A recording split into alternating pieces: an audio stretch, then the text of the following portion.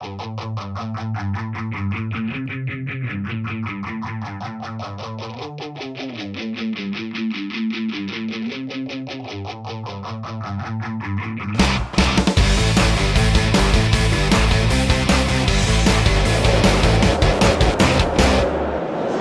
Benchora, bonjour.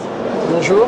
Je suis très heureux de vous retrouver à Bruxelles sur le congrès des experts comptables consacré cette année à la fiscalité. Alors justement, on va rêver un peu. Vous venez d'être nommé ministre de l'économie et des finances. Quelle est votre première réforme fiscale? Oui, c'est tout récent. Je viens d'être nommé vraiment très récemment. Ma première réforme, c'est une réforme dont on a entendu parler. C'est vraiment la réforme de la TVA sociale. Je vais mettre en avant ce transfert un peu de cotisation des entreprises vers le particulier. Alors pourquoi une telle réforme?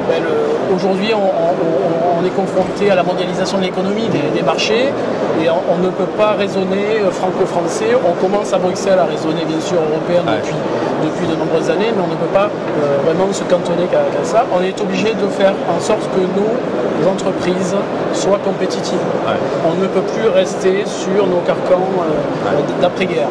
Donc automatiquement, on doit faire en sorte que les prix baissent, le coût du travail baisse, et on doit faire en sorte de transférer ce coût du travail vers la consommation, pour ne pas que ce soit vraiment limité aux entreprises. Donc transférer le coût du travail sur la TVA, dans le détail entre guillemets, dans les grandes lignes, ça consiste à faire comment? Je dirais que c'est relativement simple en soi.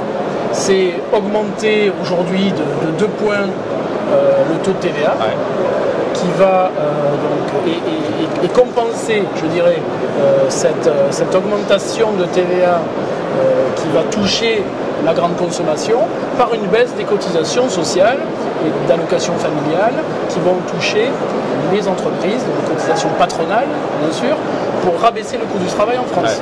Et tout simplement, je rabaisse le coût du travail, sans toucher bien sûr au net globalement du salarié, du collaborateur.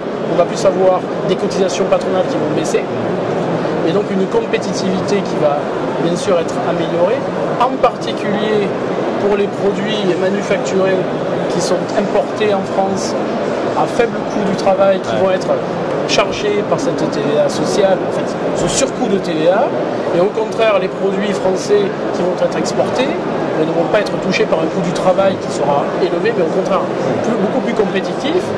Et logiquement, on devrait avoir une recrudescence des capitaux étrangers en France. Économiquement, c'est relativement simple.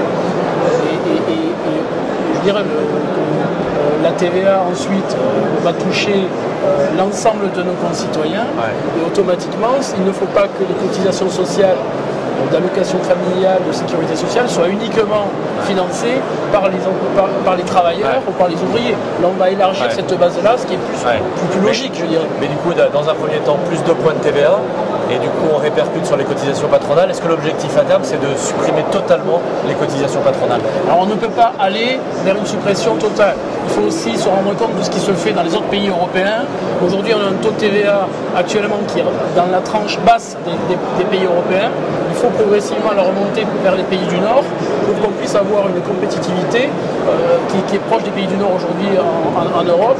Et je pense qu'on aura une compétitivité en termes de coût du travail qui sera beaucoup plus fiable, et nos entrepreneurs le recherchent.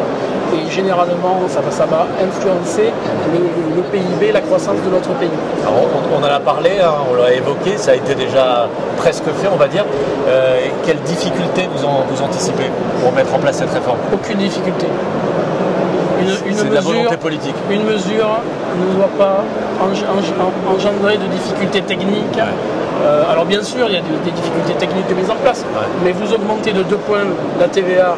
Certes, on a un impact au quotidien, mais qui est très mesuré, parce que si de manière concomitante vous baissez le coût du travail, oui, c'est une mesure qui ne coûte rien. Logiquement, c'est du transfert de financement, sauf qu'on élargit la base, on baisse le coût du travail. Aujourd'hui, le problème en France, c'est le coût du travail. Donc c'est relativement clair, c'est pour ça que je dis que c'est une mesure qui ne doit pas poser de difficultés en soi. Yann Benchora, merci pour votre proposition. Merci.